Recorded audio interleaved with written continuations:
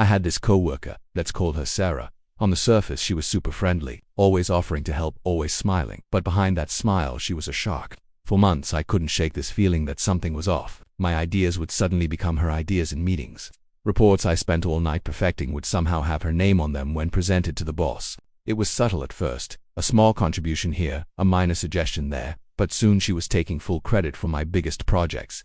I tried talking to her about it once, very gently. I said, "Hey Sarah, I noticed the presentation had some of the slides I worked on. Just wanted to make sure we're on the same page." She just laughed it off, saying, "Oh, you know how it is. We all build on each other's work. Team effort, right?" But it wasn't a team effort. It was theft. My career, which I had worked so hard to build, was slowly being dismantled, and I felt completely powerless. My boss loved her. She was the golden girl, and I was starting to look incompetent and unproductive. Complaining would just make me look like a sore loser. I knew I couldn't beat her at her own game by being confrontational. I had to be smarter. I had to set a trap so perfect, so undeniable, that she would walk right into it and expose herself. So, I started my plan. I began working on a major proposal, one that could land our company a huge client. I knew Sarah would be watching me like a hawk, so I made it look like I was struggling. I'd sigh at my desk, leave research materials out, and make it seem like I was hitting dead ends.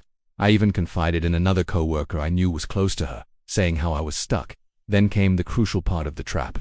I created two versions of the final proposal. The one I left unattended on my computer, just for a few minutes while I went to get coffee, was almost perfect. It had all the data, all the killer graphics, all the persuasive arguments, but it had one tiny, fatal flaw. I embedded a piece of completely fabricated, incorrect data deep within a complex chart. It was something that looked plausible but would fall apart under the slightest scrutiny from someone who actually knew the project. A digital time bomb. The real proposal, the correct one, I kept on a separate, password-protected USB drive that never left my side. As predicted, the next day our boss called an emergency meeting. He wanted to see our progress on the big client proposal. Sarah, beaming with confidence, volunteered to present. She said she'd taken the initiative to polish up the work and get it ready. My heart was pounding. This was it. She opened the presentation and it was my work, slide for slide. She presented it beautifully, confidently. She was amazing, I'll give her that. She got to the slide with the chart, the one with my little time bomb. She explained the data with such authority. I just stayed silent and let her talk. When she finished, my boss was incredibly impressed. He turned to me and said, "Well, it looks like Sarah has really taken the lead on this. What have you been working on?" That was my cue. I calmly said, "Sarah's presentation is indeed very impressive. However, I have a slightly different version. I was just double-checking some of the figures and found a critical error."